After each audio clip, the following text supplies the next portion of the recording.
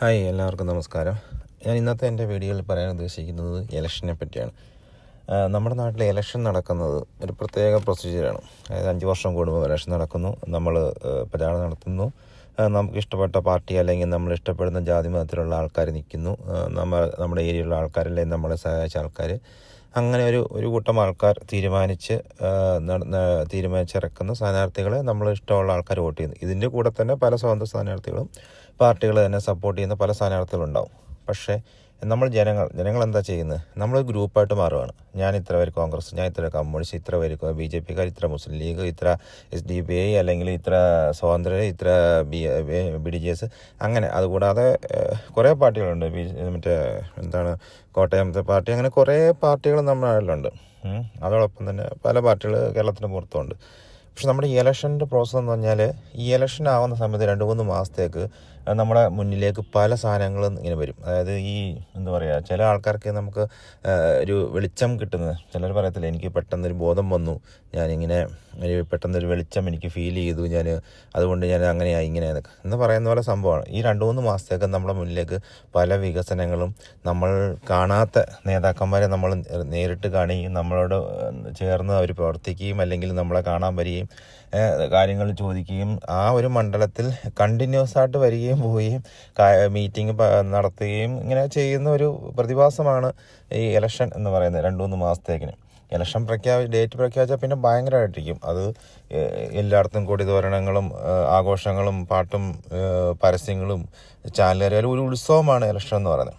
പക്ഷെ നമ്മളൊരു കാര്യം മനസ്സിലാക്കേണ്ടത്, നമ്മൾ വോട്ട് ചെയ്യുന്നത് ആർക്കാണ്? നമ്മൾ ഇന്ന പാർട്ടിക്കല്ല വോട്ട് ചെയ്യുന്നത്. നമ്മൾ വിചാരിക്കും നമ്മൾ ഇന്ന പാർട്ടിക്ക് വോട്ട് ചെയ്തു, അവിടെ എൻ്റെ പാർട്ടി ജയിച്ചു. ശരിക്കും നിങ്ങൾ വോട്ട് ചെയ്യുന്നത് നിങ്ങൾക്ക് വേണ്ടി തന്നെയാണ്. നിങ്ങൾക്കാണ് നിങ്ങൾ വോട്ട് ചെയ്യുന്നത്, അല്ലാതെ പാർട്ടിക്കല്ല. നിങ്ങൾക്ക് ചെയ്യുന്ന വോട്ട് അത് റോങ് ആയി പോയാൽ നിങ്ങൾക്ക് തന്നെയായിരിക്കും പ്രശ്നം. അതുകൊണ്ട് നിങ്ങൾ വോട്ട് ചെയ്യുമ്പോൾ പാർട്ടിയോ ജാതിയോ മതമോ നോക്കാതെ നാടിന് നല്ല ചെയ്യാൻ പറ്റുന്നത്, നിങ്ങൾക്ക് നല്ലത് വരുന്ന ആരാണോ അവർക്ക് വോട്ട് ചെയ്യുക. അത് കോൺഗ്രസ് ആയിക്കോട്ടെ, കമ്മ്യൂണിസ്റ്റ് ആയിക്കോട്ടെ, BJP ആയിക്കോട്ടെ, മുസ്ലിം ലീഗ് ആയിക്കോട്ടെ, ഏത് രാഷ്ട്രീയക്കാരനും ആയിക്കോട്ടെ. പക്ഷെ നിങ്ങൾ തിങ്ക് ചെയ്യേണ്ടത്, നിങ്ങൾക്കാണ് നിങ്ങൾ വോട്ട് ചെയ്യുന്നത്, അതൊരു പാർട്ടിക്കല്ല. നിങ്ങൾക്ക് വേണ്ടി വോട്ട് ചെയ്യുന്ന, നിങ്ങൾക്ക് വേണ്ടി, നിങ്ങളുടെ നന്മയ്ക്ക് വേണ്ടി നിങ്ങൾ വോട്ട് ചെയ്യുന്നു.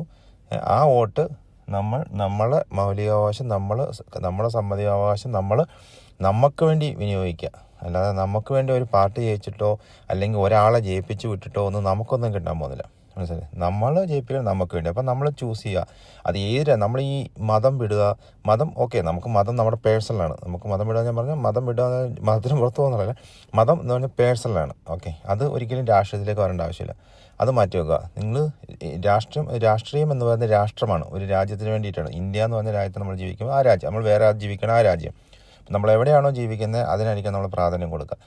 അപ്പോൾ നമ്മുടെ വോട്ടവകാശം ഇന്ത്യയിലാണെങ്കിൽ നമ്മൾ ഇന്ത്യയിൽ വോട്ട് ചെയ്യുന്ന സമയത്ത് നമുക്ക് ഏതാണോ ഈ രാജ്യം ഡെവലപ്പ് ചെയ്യാൻ, അല്ലെങ്കിൽ നമുക്കും നമ്മുടെ തലമുറയ്ക്ക്, നാളെ നമ്മുടെ മക്കളൊക്കെ ഉണ്ടെങ്കിൽ അവർക്ക് ജീവിക്കാൻ പറ്റുന്ന, അവർക്ക് നാട് വിട്ടു പോകാതെ അല്ലെങ്കിൽ നാട്ടിൽ തന്നെ ചെയ്യാൻ പറ്റുന്ന, തൊഴിൽ ചെയ്യാൻ പറ്റുമോ, തൊഴിൽ കൊടുക്കാൻ പറ്റുമോ, ചെയ്യുന്ന കാര്യങ്ങൾ ചെയ്യാൻ പറ്റുന്ന നിലവിൽ ആർക്കാണോ അവരെ ജയിപ്പിക്കുക. ഈ ജാതിയും മതവും വർഗീയതയും, അല്ലെങ്കിൽ ഹിന്ദുക്കൾ എങ്ങനെയാണ്, മുസ്ലിങ്ങൾ എങ്ങനെയാണ്, ക്രിസ്ത്യൻസ് എങ്ങനെയാണ്, അവിടെ ക്രിസ്ത്യൻസിനെ അറ്റാക്ക് ചെയ്ത് മുസ്ലിംസിനെ അറ്റാക്ക് ചെയ്ത് ഹിന്ദു, അങ്ങനെ പറഞ്ഞു വരുന്ന പാർട്ടികൾ, അങ്ങനെ വ്യക്തികളില്ലേ, അവർക്ക് ലക്ഷ്യം വോട്ട് മാത്രമാണ്. അവർക്ക് നാട് നന്നാവണോ നാട്ടുകാർ നന്നാക്കണമെന്നില്ല.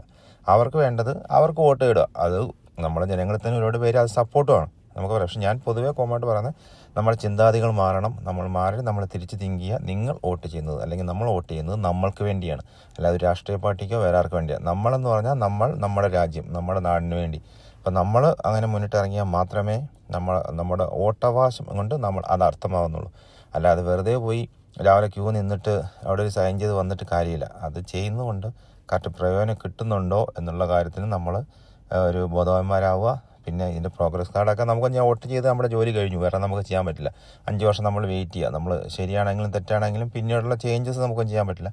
5 വർഷം കഴിഞ്ഞാൽ നമുക്ക് വീണ്ടും വോട്ട് ചെയ്യാൻ പറ്റുള്ളൂ. അപ്പോൾ അതുകൊണ്ട് നമ്മൾ ഉദ്ദേശിക്കുന്നൊരു ഡെവലപ്മെൻറ്റോ വികസനമോ, അല്ലെങ്കിൽ നമ്മുടെ ഫ്യൂച്ചറിലേക്ക് നമുക്ക് ഓരോ വ്യക്തിക്കും അത് ഞാൻ വോട്ട് ചെയ്തുകൊണ്ട് ഇന്ന കാര്യം നടന്നു എന്ന് സ്വയം ബോധ്യം വരാനുള്ള ഒരു അവസരമായിട്ട് ഇലക്ഷനെ കാണുക.